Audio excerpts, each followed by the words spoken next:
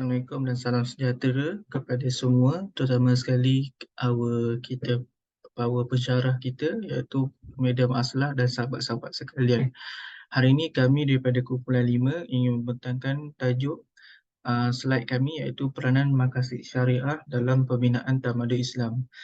So sebelum kami memulakan kami punya presentation, izinkan saya untuk memperkenalkan ahli kumpulan kami iaitu Barat Shin Danwa, Kausalia Devi, anak perempuan Ravi Chandran, Muhammad Anif bin Bahman, Muhammad Rafiq bin Abdul Rashid, Muhammad Syaiful Nizam, Muhammad Aiman bin Abdullah, Muhammad Amirul Izzam bin Sudirman, Muhammad Syaiful Iman, Nur Azmina binti Abdul Latif dan Nantini Pamasiva.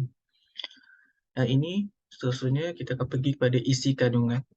Isi kandungan yang akan presentkan hari ini iaitu pengertian dan definisi maqasid syariah, kepentingan maqasid syariah, fungsi dan peranan daruriyat, definisi hajiat, definisi tasniat, dan terakhir hikmah dan kesimpulan. Seterusnya, kita akan pergi apa itu maqasid syariah. Maqasid syariah dari segi bahasa ia merupakan perkataan yang telah dijamakkan iaitu maksud dan juga syariah. Maksud bermaksud punca, sasaran, pegangan, kelurusan, keadilan dan kesederhanaan. Manakala syariah daripada sudut syarak pula bermaksud sumber air yang tidak pernah putus dan terus mengalir. Jadi maksud maqasid syariah adalah tujuan atau makna yang dikehendaki syarak yang mesti diusahakan untuk dicapai. Seterusnya, maqasid syariah wujud dan diaplikasikan sejak zaman Nabi Muhammad SAW dan para sahabat lagi. Antara kepentingan maqasid syariah ini adalah untuk memaknakan dan menghidupkan amalan.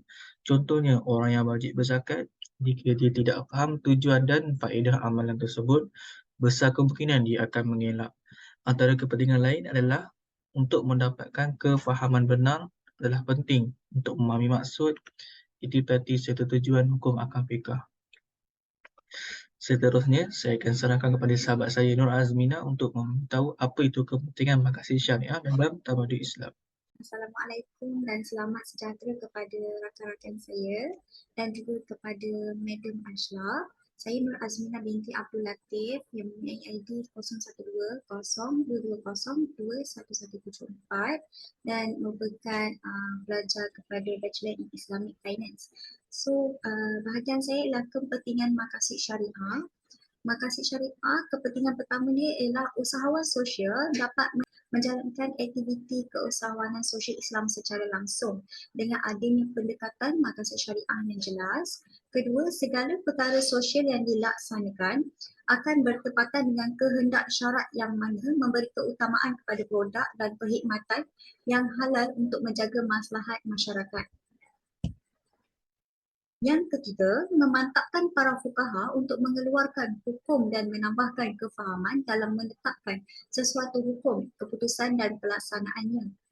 Keempat, menolong para pendakwah dan orang yang berkhidmat untuk Islam menunaikan tugas mereka bertepatan dengan syariat Islam dan konsep amal ma'ruf dan mencegah kemungkaran. Ia bukan berdasarkan kepada kefahaman literal dan maksud zahir sahaja. Nombor 5, ianya merupakan penghubung antara hukum-hukum syariah dan mencerminkan keistimewaan dan kecantikan agama. Dan seterusnya kita boleh lihat kepentingan maqasid syariah menjamin kehormatan dan maruah diri.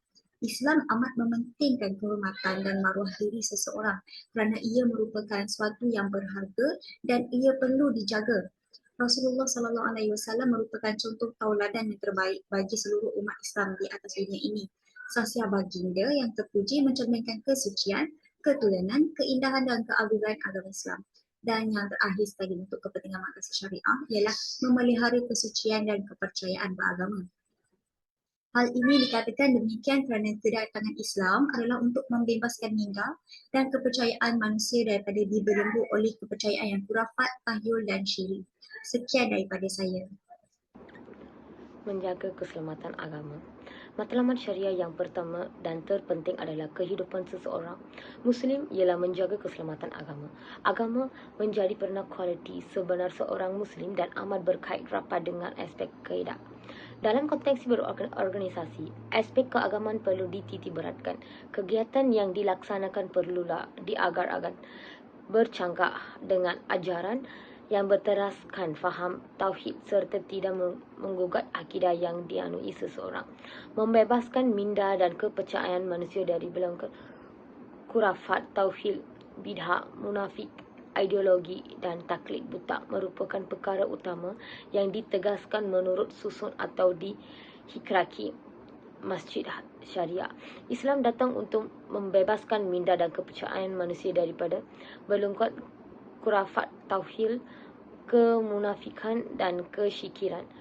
Islam menjajarkan manusia beriman kepada Tuhan yang satu dan isyak, iaitu Ya Allah, dan perkara-perkara yang berkaitan dengan rukunan iman, serta menjauhi ansir-ansir syirik dengan menjelaskan pelbagai paduan untuk melaksanakan ketaatan kepada Allah. Contohnya ibarat rumah yang dilengkapi dengan tiang dan bumbung. Begitu juga dalam agama, kita perlulah menjaga akidah kita dengan solat. Solat merupakan tiang agama, manakala bumbung rumah pula diikut dengan amalan yang dilakukan. Assalamualaikum dan salam sejahtera pada rakan dan juga pada Puan Aslah. Okey, nama saya Muhammad Saiful Iman dan nombor matrik 012023020873. Okey, bahagian saya untuk peranan makasih syariah dalam pembinaan tamadun Islam, iaitu fungsi dan peranan dalam menjaga keselamatan nyawa. Okey, yang pertama, maqasid syariah adalah tujuan dan objektif utama dalam Islam. Peranan maqasid syariah dalam pembinaan tamadun Islam adalah untuk memberi arah dan panduan dalam mencapai keadilan, kebaikan dan kesejahteraan dalam masyarakat Muslim. Yang kedua, fungsi dan peranan daruriyat dalam menjaga keselamatan dan nyawa sangat penting dalam Islam. Daruriyat adalah perkara-perkara asas yang harus dipenuhi bagi memastikan keberlangsungan hidup dan kesejahteraan individu dan masyarakat. Ini termasuk perlindungan terhadap bahaya, penjagaan kesihatan, kebersihan dan langkah-langkah keselamatan dalam kehidupan sehari-hari. Yang ketiga, dalam Islam, menjaga keselamatan dan nyawa orang lain adalah kewajipan yang sangat tinggi. Perintah Allah untuk menjaga nyawa manusia ditegaskan dalam Al-Quran. Barang siapa yang membunuh manusia melainkan orang itu kerana membunuh manusia lain atau membuat kerusakan di muka bumi, maka seakan-akan dia telah membunuh semua manusia. Ini daripada surat Al-Ma'idah ayat ke-32. Okey, yang keempat, dengan mematuhi daruriyat dan mengutamakan keselamatan dan nyawa, masyarakat Islam dapat mencapai harmoni, keamanan dan kesejahteraan yang lebih baik serta menjunjung tinggi nilai-nilai kemanusiaan dalam pembinaan tamadun Islam. Yang kelima, memelihara nyawa, An-Nas, adalah memelihara maruah, persaudaraan dan kesaksmaan sosial, keadilan, keselamatan hidup, harta dan maruah. Pemerintahan yang baik mengurangkan kadar kemiskinan dan memenuhi keperluan pekerjaan, pengagihan saksama pendapatan dan kekayaan. Perkahwinan dan kehidupan keluarga yang stabil, perpaduan sosial dan mengurangkan jumlah jenayah serta keamanan dan kestabilan. Yang keenam, sebagai pemerintah menjadi tanggungjawab kerajaan mengelakkan pertumpahan darah dengan jalan yang tidak benar. Apabila nyawa tidak terpelihara, maka negara akan menghadapi kemusnahan manakala ketenteraman dan keamanan pula akan hilang. Yang ketujuh, syariah Islam juga datang untuk menjamin keselamatan nyawa dan anggota tubuh badan manusia. Yang terakhir, dalam konteks hubungan etnik, Islam mewajibkan individu menjaga keselamatan diri dan pada masa yang sama melarang keras perubatan yang boleh mengancam keselamatan nyawa diri sendiri dan atau orang lain. Assalamualaikum dan salam sejahtera. Saya Muhammad Hanif dan akan membentangkan mengenai menjaga keselamatan akal. Pemeliharaan akal artinya memberi perlindungan kepada akal manusia dari apa-apa yang akan merosakkan akal. Akal wajib dipelihara dan dipupuk dengan nilai-nilai mulia dan ilmu pengetahuan yang bermanfaat. Semua unsur-unsur yang menjurus kepada kehilangan dan merosakkan akal serta pemikiran seperti arak, dadah, serta film yang merosakkan sudah semestinya dibanteras dan dihalang dengan serta-merta. Selain itu, penyediaan infrastruktur dan sistem pendidikan yang holistik serta terbaik menjadi tanggung jawab kerajaan bagi membolehkan setiap rakyat mendapat pendidikan sempurna. Penguasaan ilmu pengetahuan merupakan asas untuk mencapai kemajuan dan mewujudkan umat yang bertamadun. Dalam menghadapi cabaran globalisasi, faktor ilmu bersepadu, kemajuan sains dan teknologi sewajarnya menjadi fokus bagi melahirkan sumber tenaga manusia yang bukan saja mempunyai ilmu dan keterampilan, tetapi juga memiliki nilai-nilai murni yang sifatnya menyumbang terhadap pemandangan negara bangsa dan manusia sejagat.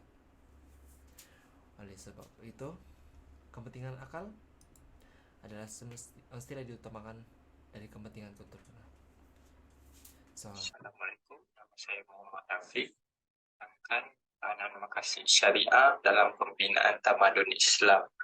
Maksud al-daruriyat iaitu keperluan yang manusia bergantung kepadanya sama ada dari sudut kehidupan, beragama atau keduniaan. Jika ia tiada, maka akan berlaku kepincangan hidup manusia di dunia dan azab seksa di akhirat kelak. Seterusnya, saya akan menerangkan tentang fungsi dan peranan menjaga keselamatan maruah dan keturunan. Islam sangat menitik beratkan menjaga maruah dan keturunan, terutamanya bagi kaum wanita, kerana dalam Islam kita mengangkat darjat seorang wanita itu tinggi kedudukannya. Keturunan, hifzan nas, memelihara keturunan adalah kebajikan rakyat. Kita saling menjaga antara satu sama lain, menegur antara satu sama lain, menjaga kebajikan anak yatim. Itu anak yatim ni kita harus jaga, tidak menganiaya mereka. Sistem sokongan dan kebajikan golongan gelandangan juga kita harus menitik beratkan, sama ada dari segi individu maupun pihak kerajaan atau pihak yang bertanggungjawab. Dan seterusnya membina keluarga sakinah. Kita harus membina keluarga kita ke arah yang baik, menjauhi perkara-perkara yang dimungkari. Itu kita harus jaga mata, mulut, jaga nafsu dan segala batas-batas yang dilarang di dalam Islam. Dan seterusnya, surah dari Al-Isra, juz 13-32. A'udzubillahi minasyaitonirrajim. Bismillahirrahmanirrahim. Wala taqrabu zina innahu kana fahisatan wala wasa'az sabil. Yang membawa maksudnya, dan janganlah kamu menghampiri zina. Sesungguhnya zina itu adalah satu perbuatan yang keji dan satu jalan yang jahat yang akan membawakan kerosakan. Konsep memelihara keturunan melibatkan perlindungan dan pemeliharaan keturunan. Ia adalah penting untuk membentuk masyarakat yang sihat, produktif dan berkesan. Keturunan wajib dipelihara demi menjaga keselamatan sistem sosial dalam masyarakat. Seterusnya, apabila keturunan telah rosak dengan sebab menyalahi agama dan tabi'i manusia seperti penzinaan, liwat, lesbian, gay, dui seksual dan sebagainya, maka struktur sosial akan menjadi kacau bilau dan akhirnya akan runtuh jalur keturunan yang suci serta merosakkan maruah agama, bangsa dan negara. Oleh sebab itu, kita harus menjaga maruah keturunan kita sebaik-baiknya, terutama sekali bagi beragama Islam. Dan saya percaya bahawasanya semua agama mengajar kita harus menjaga keturunan dan maruah dengan baik tanpa menunjukkan contoh yang negatif kepada setiap kaum agama, terutamanya di Malaysia. Terima kasih. Salam sejahtera semua, nama saya Balraj Singh. Saya ingin menyampaikan pasal menjaga keselamatan harta hifaz al-mal. So untuk bahagian ni terdapat beberapa isi kandungan. Yang pertama adalah ekonomi diri, keluarga, masyarakat dan negara. Yang kedua adalah berkaitan meningkatkan taraf hidup rakyat. Yang ketiga adalah melindungi harta daripada pemusnahan dan pemindahan harta. Yang keempat adalah sistem kewangan Islam bertaraf dunia. Yang kelima adalah cari rezeki yang halal.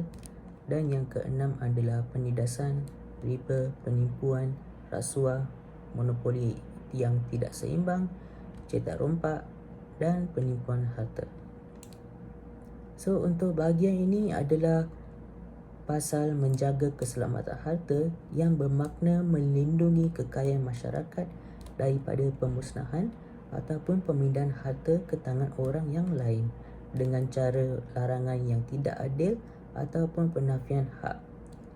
Menjaga keselamatan harta segala bentuk seperti penindasan riba, penipuan, rasuah, monopoli yang tidak seimbang, cetak rompak, penipuan harta, intelik ataupun perkara yang tidak adil. Ini juga menggalakkan umatnya mencari rezeki yang halal melalui pelbagai cara yang dituntut dalam syiarah ataupun pendapatan yang diperoleh bersih dan berkaitannya. Menjaga harta melibatkan ekonomi diri, keluarga, masyarakat dan negara. Bukan itu sahaja, dalam institusi keluarga ia melibatkan pembagian harta, pusaka dan sebagainya. Yang ini bermakna hukum hakam yang ditetapkan dalam Islam juga bertujuan untuk melindungi harta dan hak asasi manusia. Ia merangkumi cara sesuatu harta dibeli dan digunakan secara bebas dan wang atau barang. Sekian, terima kasih. Selamat sejahtera dan selamat pagi kepada Puan Asha dan kawan-kawan sekalian. Nama saya adalah Kaunselor Dewi Anapurwan Ravichandran dan saya adalah dari kos Bachelor Biomedical Science dari BL-MUD. Saya ingin present definisi hajiat. Definisi hajiat itu bermaksud perkara-perkara yang termasuk dalam hajat manusia untuk menghilangkan kesulitan yang dapat membawa kesusahan hidup. Jika perkara-perkara ini tidak dipenuhi, maka dapat menyebabkan kesulitan hidup. Contohnya, Rasulullah SAW melarang dari menjual sesuatu yang tidak jelas. GHARAR seperti ikan di lautan dan burung di udara. Ini bertujuan menjamin membeli untuk mendapatkan haknya yang setimpal. Selain itu, hajat itu juga bermaksud keperluan yang dapat menghindarkan kesulitan yang dihadapi sekalipun tidak mengancam maqasid syariah. Keadaan ini tidak mengharuskan perkara yang dilarang. Contohnya, memandulkan wanita kerana hendak menjaga kecantikan dan merancang keluarga. Terima kasih. Assalamualaikum dan salam sejahtera. Saya Muhammad Imam Abdullah, pelajar CVT. Hari ini saya akan menerangkan definisi at-tahsiniyah. Imam Al-Ghazali mendefinisikan tahsiniyah sebagai at-tahsiniyah adalah kemaslahatan yang tidak termasuk dalam kategori darurah ataupun daruriyat maupun hajiat, akan tetapi hanya bersifat memperelok, memperindah dan mempermudahkan demi mencapai keistimewaan dan nilai tambah serta menjaga metod terbaik berkaitan kebiasaan dalam kehidupan dan juga muamalat. Atau definisi lainnya ialah al-tahsaniyah adalah semua keperluan dan perlindungan yang diperlakukan agar kehidupan menjadi nyaman dan lebih nyaman lagi, mudah dan lebih mudah lagi, lapang dan lebih lapang lagi, begitu seterusnya. Istilah lain adalah keperluan yang diperlukan manusia agar kehidupan mereka berada dalam kemudahan, kenyamanan dan kelapangan. Sekian, terima kasih. Assalamualaikum, nama saya Muhammad Saiful Nizam. Hari ini saya nak bentang tentang hikmah dan kesimpulan peranan maqasid syariah dalam tamadun Islam. Yang pertama, ketegasan nilai dan prinsip-prinsip Islam. Maqasid syariah menegaskan nilai-nilai dan prinsip-prinsip Islam yang mendasari semua aspek kehidupan. Ini membantu mempertahankan identitas agama dalam masyarakat Islam dan menghindari distorsi atau pemahaman yang keliru terhadap ajaran Islam. Yang kedua, adaptasi dengan zaman dan tempat. Peranan makasih syariah kemungkinan agama Islam untuk tetap relevan dan beradaptasi dengan perubahan zaman dan lingkungan sosial. Ini menjaga kelenturan agama tanpa mengabaikan nilai-nilai inti. Yang ketiga, keseimbangan antara agama dan kehidupan dunia. Makasih syariah membantu menemukan keseimbangan antara aspek agama dan kehidupan dunia. Masyarakat Islam didorong untuk mencari kebaikan dalam semua aspek kehidupan termasuk dalam bidang sosial, ekonomi dan politik sesuai dengan prinsip-prinsip Islam. Yang keempat, pengembangan ilmu pengetahuan dan kebudayaan. Makasih syariah mendorong perkembangan ilmu pengetahuan dan kebudayaan dalam tamadun Islam. Ini menginspirasi masyarakat untuk mencari pengetahuan dan memberikan kontribusi positif bagi kemajuan peradaban manusia. Yang kelima, kedamaian dan keharmonian. Peranan makasih syariah membawa nilai-nilai toleransi, perdamaian dan keharmonian dalam masyarakat dengan memprioritaskan kemaslahatan bersama. Masyarakat cenderung hidup dalam harmoni dan saling menghargai perbezaan. Kesimpulannya, peranan makasih syariah dalam tamadun Islam memiliki hikmah yang penting bagi keberlangsungan dan kemajuan masyarakat Muslim. Makasih syariah memberikan pedoman untuk mencapai kemaslahatan, kesejahteraan dan keadilan dalam berbagai aspek kehidupan. Selain itu, konsep ini kemungkinan Islam untuk beradaptasi dengan zaman dan mendorong kemajuan ilmu pengetahuan serta kebudayaan dalam lingkungan yang selaras dengan nilai-nilai agama. Dengan demikian, peranan makasih syariah membawa manfaat yang besar dan dalam membangunkan masyarakat yang adil, harmoni dan bermartabat sesuai dengan ajaran Islam. Dengan ini, Assalamualaikum dan terima kasih.